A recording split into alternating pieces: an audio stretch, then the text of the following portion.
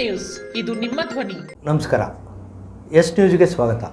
ನಾನು ಎಸ್ ದೇವೇಂದ್ರಗೌಡ. ಇಂದಿನ ಮುಖ್ಯಾಂಶಗಳು. ಮೇ ಸಾಹಿತ್ಯ ಮೇಳದಲ್ಲಿ ಭಾಗವಹಿಸಲು ಕಾರ್ಮಿಕ ಮುಖಂಡ ಶೇಖ್ ಖಾದ್ರಿಗೆ ಆಮಂತ್ರಣ. ಮೇ 21ಕ್ಕೆ ತಾಲೂಕು ಪಂಚಾಯಿತಿ ಮಳಿಗೆಗಳು ಬಹಿರಂಗ ಹರಾಜು. ಆಸಕ್ತಿ ಇದ್ದವರು ಭಾಗವಹಿಸಲು ಇಒ ಚಂದ್ರಶೇಖರ್ ಮನವಿ. 3 ಕಡೆ ಅಪಘಾತ, ಸ್ಥಳದಲ್ಲೇ 2 ಮಹಿಳೆಯರು ದುರ್ಮರಣ, 200 ಪಾರು. ತಾಲೂಕು ಕರ್ನಾಟಕ ರಕ್ಷಣಾ ಸೇನೆ ಆಪರೇಷನ್ ಸಿಂಧೂರ್ ಕಾರ್ಯಾಚರಣೆಗೆ ಪ್ರಶಂಸೆ. ಮೇ 20ರ ಕಾರ್ಮಿಕ ಮುಷ್ಕರ ಯಶಸ್ವಿಗೆ ಕಾರ್ಮಿಕ ಸಂಘಟನೆಗಳ ಸಭೆ ನಿರ್ಣಯ. ವಾರ್ತೆಗಳ ವಿವರ. ನಗರದಲ್ಲಿ 2 ದಿನಗಳ ಕಾಲ ನಡೆಯುವ ಮೇ ಸಾಹಿತ್ಯ ಮೇಳದಲ್ಲಿ ಭಾಗವಹಿಸುವಂತೆ ಕಾರ್ಮಿಕ ಮುಖಂಡರಾದ ಶೇಖ್ ಖಾದ್ರಿ ಅವರನ್ನು ಅವರ ನಿವಾಸಕ್ಕೆ ತೆರಳಿ ಆಮಂತ್ರಣ ನೀಡಿದ ಸಂಘಟಕರು. ಮೇ 17 ಮತ್ತು 18ರಂದು ನಗರದ ಸತ್ಯ ಗಾರ್ಡನ್ನಲ್ಲಿ ಮೇ ಸಾಹಿತ್ಯ ಮೇಳ 2 ದಿನಗಳ ಕಾಲ ನಡೆಯಲಿದ್ದು, ಈ ಮೇಳದಲ್ಲಿ ಭಾಗವಹಿಸಲು ಸಂಘಟಕರಾದ ಬಸವರಾಜ ಸೂಳಿಬೈ ಅವರ ಬಳಗ ಕಾರ್ಮಿಕ ಮುಖಂಡ ಶೇಖ್ ಖಾದ್ರಿ ಅವರನ್ನು ಅವರ ನಿವಾಸದಲ್ಲಿ ಭೇಟಿ ಮಾಡಿ ಆಮಂತ್ರಿಸಿದರು. ಅವರಿಗೆ ಶಸ್ತ್ರಚಿಕಿತ್ಸೆ ಆದ ಹಿನ್ನೆಲೆಯಲ್ಲಿ ಕಳೆದ 2 ವರ್ಷಗಳಿಂದ ಮನೆಯಲ್ಲಿದ್ದು, ಅವರನ್ನು ಖುದ್ದಾಗಿ ಭೇಟಿ ಮಾಡಿದ ಬಸವರಾಜ ಸೂಳಿಬೈ ಅವರು ಅವರ ಆರೋಗ್ಯ ವಿಚಾರಿಸಿ ಗುಣಮುಖರಾಗುವಂತೆ ಹಾರೈಸಿ ನಗರದಲ್ಲಿ ನಡೆಯುವ 2 ದಿನಗಳ ಕಾಲ ನಡೆಯುವ ಮೇ ಸಾಹಿತ್ಯ ಮೇಳದಲ್ಲಿ ಭಾಗವಹಿಸಲು ಕೇಳಿಕೊಂಡರು. ಭಾಗವಹಿಸುವುದಾಗಿ ಒಪ್ಪಿಕೊಂಡು ಕಾರ್ಯಕ್ರಮಕ್ಕೆ ಶುಭ ಹಾರೈಸಿ ಬೈಟ್ ನೀಡಿದರು. ಈ ಸಂದರ್ಭದಲ್ಲಿ ಬಸವರಾಜ್ ಬಾದರ್ಲಿ, ಪೂಜಾ ಸಿಂಗೆ, ಸೋಮಶೇಖರ್ ಹಾಗೂ MK ಸಾಹೇಬ್ ಇದ್ದರು. ಸಾಹಿತ್ಯ ಮೇಳ ಸಿಂಧನೂರಿನಲ್ಲಿ ನಡೆಯಕತ್ತದ. ಭಾಳ ವಿಶೇಷವಾದಂಥ ಇದು ಒಂದು ಸಾಹಿತ್ಯ ಸಮ್ಮೇಳನ ಆಗಿದ್ದು, ಮತ್ತು ವಿಶೇಷವಾಗಿ ಬಹಳ ಪ್ರಸ್ತುತ ಪರಿಸ್ಥಿತಿಯಲ್ಲಿ ಈ ಒಂದು ಮೇ ಸಾಹಿತ್ಯ ಮೇಳ ನಡೆಯಕತ್ತದ. ಈ ಒಂದು ಸಾಹಿತ್ಯ ಮೇಳದಲ್ಲಿ ಪ್ರಸ್ತುತ ನಮ್ಮ ದೇಶದ ಆರ್ಥಿಕ, ರಾಜಕೀಯ ಮತ್ತು ಸಾಮಾಜಿಕ ಪರಿಸ್ಥಿತಿಗೆ ಈ ಒಂದು ಮೇಳದ ಭಾಳ ಅವಶ್ಯಕತೆ ಅದ. ದೇಶದ ಐಕ್ಯತೆ ಮತ್ತು ಸಮಗ್ರತೆಗೆ ಸಂಬಂಧಪಟ್ಟಂಗೆ ಗಂಭೀರ ಪರಿಸ್ಥಿತಿಯಲ್ಲಿ ಈ ಒಂದು ಸಾಹಿತ್ಯ ಮೇಳ ನಡೆಯಕತ್ತದ. ಅದು ವಿಶೇಷವಾಗಿ ಇಂಥ ಪರಿಸ್ಥಿತಿಯಲ್ಲಿ ಈ ಒಂದು ಸಾಹಿತ್ಯ ಮೇಳ ಸಿಂಧನೂರಲ್ಲಿ ನಡೀತಾ ಇರೋದರಿಂದ ಬಹಳಷ್ಟು ಪ್ರಗತಿಪರ ವಿಚಾರಗಳು, ರಾಷ್ಟ್ರದ ಐಕ್ಯತೆ ಬಗ್ಗೆ ಆಗಿರ್ಬೋದು, ಸಾಮಾಜಿಕ ಚಳುವಳಿ ಬಗ್ಗೆ ಆಗಿರ್ಬೋದು, ಸಾಮಾಜಿಕ ನ್ಯಾಯದ ಬಗ್ಗೆ ಆಗಿರ್ಬೋದು, ಮತ್ತು ನಮ್ಮ ದೇಶದ ಒಂದು ಐಕ್ಯತೆಯ ಪ್ರಶ್ನೆ ಭಾಳ ಮುಖ್ಯವಾಗಿರೋದು. ಇಂಥ ಎಲ್ಲ ಪ್ರಗತಿಪರ ವಿಚಾರಗಳನ್ನು ಈ ಮೇ ಸಾಹಿತ್ಯ ಮೇಳದಲ್ಲಿ ರಾಜ್ಯದ ಪ್ರಗತಿಪರ ಚಿಂತಕರು, ಸಾಹಿತಿಗಳು, ವಿವಿಧ ಕ್ಷೇತ್ರದಲ್ಲಿ ಕೆಲಸ ಮಾಡಿದಂಥ ವ್ಯಕ್ತಿಗಳು ಈ ಒಂದು ಕಾರ್ಯಕ್ರಮದಲ್ಲಿ ಭಾಗವಹಿಸ್ತಾರೆ. ಪ್ರಸ್ತುತ ಪರಿಸ್ಥಿತಿಯಲ್ಲಿ ಇಂಥ ಒಂದು ಸಾಹಿತ್ಯ ಮೇಳ ನಡೆಯುವಂಥ ಅವಶ್ಯಕತೆ ಅದ. ಅದು ನಮ್ಮ ಸಿನ್ನೂರಲ್ಲಿ ನಡೀತಾ ಇರೋದ್ರಿಂದ ಇದರ ಒಂದು ಸದುಪಯೋಗವನ್ನು ಪಡ್ಕೊಳ್ಳೋದಕ್ಕೆ ನಮ್ಮ ರಾಯಚೂರು ಜಿಲ್ಲೆಯ ಸಾರ್ವಜನಿಕರು ಮತ್ತು ಸಾಹಿತಿಗಳು ಹೆಚ್ಚಿನ ಸಂಖ್ಯೆಯಲ್ಲಿ ಭಾಗವಹಿಸೋದರ ಮೂಲಕ ಈ ಮೇ ಸಾಹಿತ್ಯ ಮೇಳವನ್ನು ಯಶಸ್ವಿಗೊಳಿಸಬೇಕು. ಈ ಕಾರ್ಯಕ್ರಮದಲ್ಲಿ ನಾನು ಕೂಡ ಭಾಗವಹಿಸಕತ್ತೀನಿ ಮತ್ತು ಉಳಿದಂತೆ ಸಿಂಧನೂರು ಮತ್ತು ರಾಯಚೂರು ಜಿಲ್ಲೆಯ ಸಾಹಿತಿಗಳು, ಪ್ರಗತಿಪರರು ಮತ್ತು ಸಾರ್ವಜನಿಕರು ಹೆಚ್ಚಿನ ಸಂಖ್ಯೆಯಲ್ಲಿ ಭಾಗವಹಿಸೋದ್ರ ಮೂಲಕ ಈ ಒಂದು ಸಾಹಿತ್ಯ ಮೇಳವನ್ನು ಯಶಸ್ವಿಗೊಳಿಸಬೇಕು ಅಂತೇಳಿ ನಿಮ್ಮೆಲ್ಲ ಹತ್ರ ವಿನಂತಿಯನ್ನು ಮಾಡ್ತೀನಿ. ನ್ಯಾಯಾಲಯದ ಆದೇಶದ ಪ್ರಕಾರ ತಾಲೂಕು ಪಂಚಾಯಿತಿಯ 30 ಮಳಿಗೆಗಳನ್ನು ಮೇ 21ರಂದು ಸಾರ್ವಜನಿಕ ಬಹಿರಂಗ ಹರಾಜು ಹಾಕಲಾಗುವುದು ಎಂದು ತಾಲೂಕು ಪಂಚಾಯತ್ ಕಾರ್ಯನಿರ್ವಾಹಕ ಅಧಿಕಾರಿ ಚಂದ್ರಶೇಖರ್ ತಿಳಿಸಿದ್ದಾರೆ. ನ್ಯಾಯಾಲಯದ ತಡೆಯಿಂದಾಗಿ ಮಳಿಗೆಗಳು ಹರಾಜು ಆಗಿರಲಿಲ್ಲ. ಈಗ ನ್ಯಾಯಾಲಯವು ತಡೆ ತೆರವು ಮಾಡಿ ಮಳಿಗೆಗಳನ್ನು ಬಹಿರಂಗವಾಗಿ ಹರಾಜು ಮಾಡುವಂತೆ ಕಲಬುರಗಿ ಹೈಕೋರ್ಟ್ ಆದೇಶ ಮಾಡಿದ ಕಾರಣ ಸಾರ್ವಜನಿಕರು ಮಳಿಗೆಗಳ ಬಹಿರಂಗ ಹರಾಜಿನಲ್ಲಿ ಭಾಗವಹಿಸಬಹುದು. 30 ವಾಣಿಜ್ಯ ಮಳಿಗೆಗಳು ಪ್ರತಿ ಮಾಹೆಗೆ ಬಾಡಿಗೆ ಆಧಾರದಲ್ಲಿ 3 ವರ್ಷಗಳ ಅವಧಿಗೆ ಸ್ವಸಹಾಯ ಸಂಘಗಳಿಗೆ 5 ವರ್ಷಗಳವರೆಗೆ ನಿರ್ದಿಷ್ಟಪಡಿಸಿದ ಷರತ್ತುಗಳ ಅನ್ವಯ ಒಪ್ಪಂದ ಮಾಡಿಕೊಂಡು ಬಾಡಿಗೆ ನೀಡಲು ಬಹಿರಂಗವಾಗಿ ಹರಾಜು ಮಾಡಲಾಗುವುದು. ಈ ಬಹಿರಂಗ ಹರಾಜಿನಲ್ಲಿ ಭಾಗವಹಿಸಲು ಆಸಕ್ತಿ ಇರುವವರು ಹರಾಜು ಪ್ರಕ್ರಿಯೆಯ ನಮೂನೆಗಳ ಷರತ್ತು, EMD ಹಾಗೂ ಇತ್ಯಾದಿ ವಿವರಗಳನ್ನು ತಾಲೂಕು ಪಂಚಾಯಿತಿ ಕಾರ್ಯಾಲಯದ ವಿಷಯ ನಿರ್ವಾಹಕರಿಂದ ಕಚೇರಿಯ ಸಮಯದಲ್ಲಿ ಹೆಚ್ಚಿನ ಮಾಹಿತಿ ಪಡೆಯಬಹುದು. ಹರಾಜಿನಲ್ಲಿ ಭಾಗವಹಿಸುವವರು ಮೇ 9ರಿಂದ ಅರ್ಜಿ ನೀಡಲಾಗುವುದು. ಮೇ 21ರಂದು ಮುಂಜಾನೆ 11 ಗಂಟೆಗೆ ಬಹಿರಂಗ ಹರಾಜು ನಡೆಸಲಾಗುವುದು. ಆಸಕ್ತಿ ಇದ್ದವರು EMD ಮೊತ್ತದ DDಯೊಂದಿಗೆ ನೋಂದಣಿ ಅರ್ಜಿ ಸಲ್ಲಿಸಿ ಹರಾಜಿನಲ್ಲಿ ಭಾಗವಹಿಸಬಹುದು ಎಂದು ತಾಲೂಕು ಪಂಚಾಯಿತಿ ಕಾರ್ಯನಿರ್ವಾಹಕ ಅಧಿಕಾರಿ ಚಂದ್ರಶೇಖರ್ ಸಾರ್ವಜನಿಕರಲ್ಲಿ ಮನವಿ ಮಾಡಿಕೊಂಡಿದ್ದಾರೆ. ಈಗಿರುವ ಅಂಗಡಿಯ ಬಾಡಿಗೆದಾರರು ಕೋರ್ಟ್ ಮೊರೆ ಹೋಗಿದ್ದರು. ಕೋರ್ಟ್ ಈ ರೀತಿ ಆದೇಶ ಮಾಡಿದೆ. ಕಾನೂನು ಅನುಮತಿಸಿದರೆ ಅರ್ಜಿದಾರರು ಹೆಚ್ಚಿನ ಬಿಡ್ದಾರರು ನೀಡುವ ಆಸ್ತಿಗಿಂತ 5% ಹೆಚ್ಚಿನದನ್ನು ಉಳಿಸಿಕೊಳ್ಳಬಹುದು ಮತ್ತು ತಮ್ಮ ಬಾಡಿಗೆಯನ್ನು ಮುಂದುವರಿಸಬಹುದು. ಪ್ರತಿವಾದಿ ನಂಬರ್ 1 ಪ್ರಶ್ನಾರ್ಹ ಅಂಗಡಿಗಳನ್ನು ಹರಾಜು ಮಾಡಲು ಕ್ರಮ ಕೈಗೊಳ್ಳುವವರಿಗೆ ಅರ್ಜಿದಾರರ ಸ್ವಾಧೀನಕ್ಕೆ ತೊಂದರೆಯಾಗುವುದಿಲ್ಲ ಎಂದು ನಮೂದಿಸುವುದು ಅಗತ್ಯವಾಗಿದೆ. ಅರ್ಜಿದಾರರು ಟೆಂಡರ್ನಲ್ಲಿ ಭಾಗವಹಿಸದಿದ್ದರೆ ಅಥವಾ ಹೆಚ್ಚಿನ ಬಿಡ್ಡುದಾರರು ಉಲ್ಲೇಖಿಸಬಹುದಾದ ಮೊತ್ತಕ್ಕಿಂತ ಶೇಕಡ 5% ಹೆಚ್ಚಿನದನ್ನು ನೀಡದಿದ್ದರೆ ಅವರು ಹರಾಜಿನ ದಿನಾಂಕದಿಂದ 7 ದಿನಗಳಲ್ಲಿ ಆಯಾ ಆವರಣದ ಖಾಲಿ ಸ್ವಾಧೀನವನ್ನು ತ್ಯಜಿಸಬೇಕು ಮತ್ತು ಪ್ರತಿವಾದಿಗಳು ಅರ್ಜಿದಾರರನ್ನು ಹೊರಹಾಕಲು ಅಗತ್ಯವಿರುವ ಬಲವನ್ನು ಬಳಸಬಹುದು ಎಂದು ನ್ಯಾಯಾಲಯ ಸ್ಪಷ್ಟಪಡಿಸಿದೆ. ನಗರದ ಗಂಗಾವತಿ ರಸ್ತೆಯ ಕೆನರಾ ಬ್ಯಾಂಕ್ ಹಾಗೂ ಐಶ್ವರ್ಯ ಹೋಟೆಲ್ ಮುಂದೆ ಲಾರಿಯೊಂದು ಬೈಕಿಗೆ ತಾಗಿದ ಪರಿಣಾಮ ಓರ್ವ ಮಹಿಳೆ ಸ್ಥಳದಲ್ಲಿ ಸಾವನ್ನಪ್ಪಿದ್ದ ಘಟನೆ ಇಂದು ನಡೆದಿದೆ. ಮಹಿಳೆಯ ಮೃತದೇಹವನ್ನು ಮರಣೋತ್ತರ ಪರೀಕ್ಷೆಗಾಗಿ ನಗರದ ಸಾರ್ವಜನಿಕ ಆಸ್ಪತ್ರೆಗೆ ರವಾನಿಸಲಾಗಿದೆ. ಸಂಚಾರಿ ಠಾಣೆಯಲ್ಲಿ ಪ್ರಕರಣ ದಾಖಲಾಗಿತ್ತು. ಅಪಘಾತ ನಡೆದ ಸ್ಥಳಕ್ಕೆ DYSP BS Talawar, PI Durgappa ಹಾಗೂ ಪೊಲೀಸ್ ಸಿಬ್ಬಂದಿ ಭೇಟಿ ನೀಡಿ ಪರಿಶೀಲನೆ ನಡೆಸಿದರು.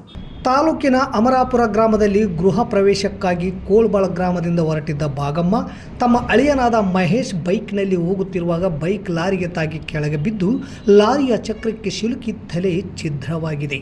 ಲಾರಿ ಬಿಟ್ಟು ಚಾಲಕ ಈ ದುರ್ಘಟನೆ ಸಂಭವಿಸುತ್ತಿದ್ದಂತೆ ಪರಾರಿಯಾಗಿದ್ದಾನೆ.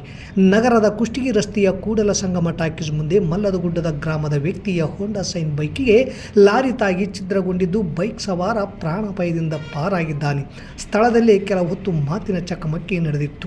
ಮಹಿಳೆ ನೀಲಮ್ಮ ನಗರದ ಖಾಸಗಿ ಶಾಂತಿ ಆಸ್ಪತ್ರೆಯಲ್ಲಿ ನರ್ಸ್ ಆಗಿ ಕೆಲಸ ಮಾಡುತ್ತಿದ್ದಳು. ತನ್ನ ಕರ್ತವ್ಯ ಮುಗಿಸಿ ಗಂಡನ ಜೊತೆಯಲ್ಲಿ ಟ್ರ್ಯಾಕ್ಟರ್ನಲ್ಲಿ ಕುಳಿತು ಮುಕ್ಕುಂದಿ ಗ್ರಾಮಕ್ಕೆ ಹೋಗುವಾಗ ಜಂಪಿನಿಂದ ಕೆಳಗೆ ಬಿದ್ದು ಟ್ರ್ಯಾಕ್ಟರ್ ಮೇಲೆ ಹೋದ ಪರಿಣಾಮ ಸ್ಥಳದಲ್ಲೇ ಸಾವನ್ನಪ್ಪಿದ್ದಾಳೆ. ಈ ಕುರಿತು ಗ್ರಾಮೀಣ ಪೊಲೀಸ್ ಠಾಣೆಯಲ್ಲಿ ಪ್ರಕರಣ ದಾಖಲಾಗಿದೆ ಎಂದು ಪೊಲೀಸರು ತಿಳಿಸಿದರು. ಭಾರತೀಯ ಸೇನೆ ಆಪರೇಷನ್ ಸಿಂಧೂರ್ ಹೆಸರಿನಲ್ಲಿ ಕಾರ್ಯಾಚರಣೆ ನಡೆಸಿದ್ದು ಭಾರತಾದ್ಯಂತ ಎಲ್ಲೆಡೆ ಪ್ರಶಂಸೆ ವ್ಯಕ್ತವಾಗಿದೆ. ಈ ನಿಟ್ಟಿನಲ್ಲಿ ನಮ್ಮ ದೇಶದ 3 ಸಶಸ್ತ್ರ ಪಡೆಗಳ ಸೈನಿಕರಿಗೆ ಕೃತಜ್ಞತೆಯನ್ನು ಸಲ್ಲಿಸಿದ ಕರ್ನಾಟಕ ರಕ್ಷಣಾ ಸೇನೆಯ ತಾಲೂಕು ಅಧ್ಯಕ್ಷ ಅಂಬಿರಾಜ್ ಮ್ಯಾಕಲ್. ಕಾಶ್ಮೀರದ ಪಹಲ್ಗಾಮ್ನಲ್ಲಿ ಭೀಕರ ದಾಳಿಯ ಬಳಿಕ ನವ ವಿವಾಹಿತೆ ಸೇರಿ 25 ಮಹಿಳೆಯರು ವಿಧಿವಿಯರಾಗಿದ್ದಾರೆ. ಈ ಮಹಿಳೆಯರ ಸಿಂಧೂರವನ್ನು ಅಳಿಸಲಾಗಿದೆ. ಉಗ್ರರ ಅಟ್ಟಹಾಸಕ್ಕೆ, ಅವರ ಕೃತ್ಯಕ್ಕೆ ಇಡೀ ದೇಶದಾದ್ಯಂತ ತೀವ್ರ ಆಕ್ರೋಶ ವ್ಯಕ್ತವಾಗಿತ್ತು. ಅಮಾಯಕರ ಜೀವ ತೆಗೆದುಕೊಂಡ ದುರ್ಘಟನೆಗೆ ಪ್ರತೀಕಾರವಾಗಿ ಭಾರತ ಮೇ 7ರಂದು ಬುಧವಾರ ಮುಂಜಾನೆ ಪಾಕಿಸ್ತಾನದಲ್ಲಿರುವ ಉಗ್ರರ ಭಯೋತ್ಪಾದಕರ ತಾಣಗಳ ಮೇಲೆ ದಾಳಿ ನಡೆಸಿದೆ. ಆಪರೇಷನ್ ಸಿಂಧೂರ್ ಅಡಿಯಲ್ಲಿ ಪಾಪಿ ಪಾಕಿಸ್ತಾನ ಆಕ್ರಮಿತ ಕಾಶ್ಮೀರ ಪಾಕಿಸ್ತಾನದೊಳಗಿನ ಒಟ್ಟು 9 ಭಯೋತ್ಪಾದಕ ಉಗ್ರರ ತಾಣಗಳನ್ನು ಧ್ವಂಸಗೊಳಿಸಿದೆ. ದೇಶದ ರಕ್ಷಣಾ ಪಡೆಗಳ ದಿಟ್ಟತನದ ಕಾರ್ಯಾಚರಣೆಗೆ ಗಣ್ಯರು, ಸೋಷಿಯಲ್ ಮೀಡಿಯಾ, ಸಂಘ ಸಂಸ್ಥೆಗಳು ಮೆಚ್ಚುಗೆ ವ್ಯಕ್ತಪಡಿಸಿದ್ದಾರೆ. ಆಪರೇಷನ್ ಸಿಂಧೂರ್ ಕೇವಲ ಒಂದು ಮಿಷನ್ ಅಲ್ಲ, ಪವಿತ್ರ ಪ್ರತಿಜ್ಞಾ. ಭಾರತದ ಸಿಂಧೂರವು ಅಚ್ಚೊತ್ತಿದೆ. ನಮ್ಮ ದೇಶದ ಸಶಸ್ತ್ರ ಪಡೆಗಳಿಗೆ ನಮ್ಮ ಅಪಾರ ವಂದನೆಗಳು. ಗೌರವಾನ್ವಿತ ಪ್ರಧಾನಿ ನರೇಂದ್ರ ಮೋದಿ ಮತ್ತು ರಕ್ಷಣಾ ನಾಯಕತ್ವಕ್ಕೆ ದೃಢವಾಗಿ ನಿರ್ಭೀತವಾಗಿ ಮುಂದಾಳತ್ವ ವಹಿಸಿದ್ದಕ್ಕಾಗಿ ಧನ್ಯವಾದಗಳು. ಕರ್ನಲ್ ಸೋಫಿಯಾ ಕುರೇಶಿ ಮತ್ತು ವಿಂಗ್ ಕಮಾಂಡರ್ ಭೂಮಿಕಾ ಸಿಂಗ್ ಅವರ ತೀಕ್ಷ್ಣವಾದ ಘನತೆಯ ಮಾಹಿತಿಗಾಗಿ ನಮನಗಳು. ಭಾರತ ಇದನ್ನು ಎಂದೂ ಮರೆಯುವುದಿಲ್ಲ ಎಂದು ಕರ್ನಾಟಕ ರಕ್ಷಣಾ ಸೇನೆಯ ತಾಲೂಕು ಅಧ್ಯಕ್ಷ ಅಂಬಿರಾಜ್ ಮ್ಯಾಕಲ್ ತಿಳಿಸಿದ್ದಾರೆ. ಮೇ 20ರಂದು ನಡೆಯುವ ಕಾರ್ಮಿಕ ಮುಷ್ಕರ ಜನರ ಮುಷ್ಕರವಾಗಿ ಪರಿವರ್ತನೆಯಾಗಬೇಕು. ಈ ನಿಟ್ಟಿನಲ್ಲಿ ಕಾರ್ಮಿಕರು ಜನರ ನಡುವೆ ಆಳುವ ಸರ್ಕಾರಗಳ ಕಾರ್ಮಿಕ ವಿರೋಧಿ ನೀತಿಗಳನ್ನು ತಿಳಿಸುವುದು ಸೇರಿದಂತೆ ಮುಷ್ಕರ ಯಶಸ್ವಿಗೆ ಸಭೆ ಸೇರಿದ ಕಾರ್ಮಿಕ ಮುಖಂಡರು ತೀರ್ಮಾನಿಸಿದ್ದಾರೆ. ಕೆಲಸದ ಅವಧಿಯನ್ನು ಹೆಚ್ಚಿಸುವ ಕುರಿತು ಬಂಡವಾಳಿಗರು ಮಾತನಾಡುತ್ತಿದ್ದಾರೆ. ಕೆಲಸದ ಅವಧಿಯ ಬಗ್ಗೆ ಮಾತನಾಡುವ ಈ ಬಂಡವಾಳಿಗರು ವೇತನ ಹೆಚ್ಚಿಸುವ ಬಗ್ಗೆ ಮಾತನಾಡುವುದಿಲ್ಲ.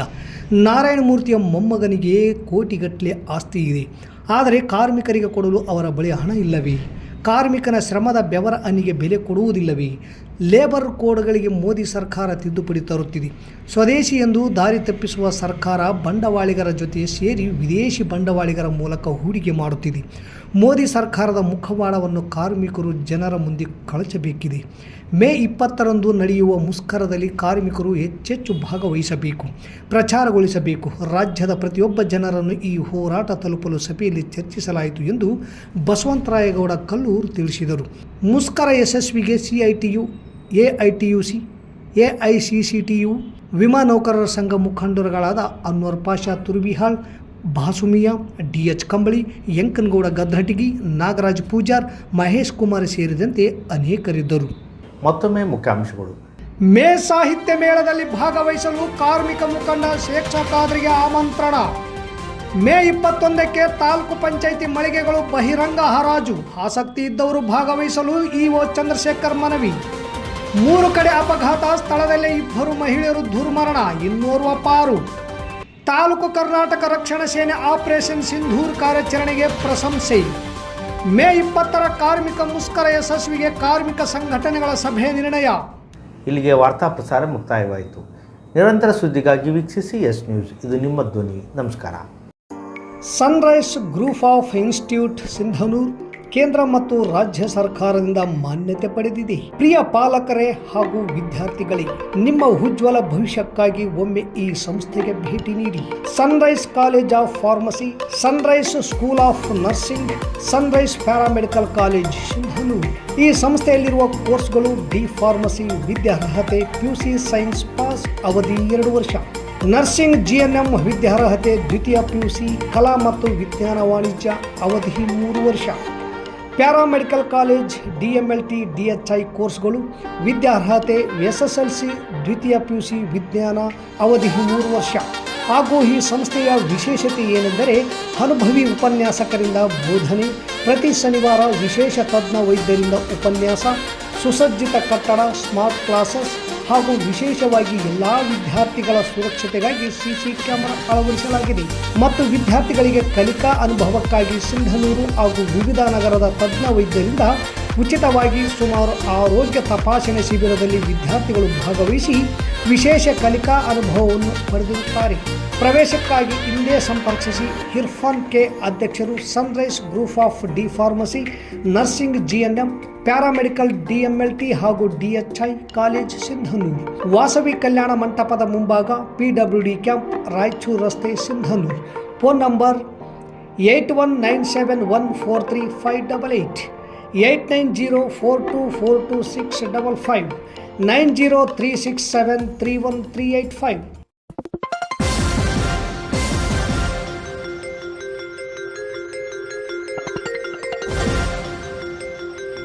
ಎಸ್ ನ್ಯೂಸ್, ಇದು ನಿಮ್ಮ ಧ್ವನಿ.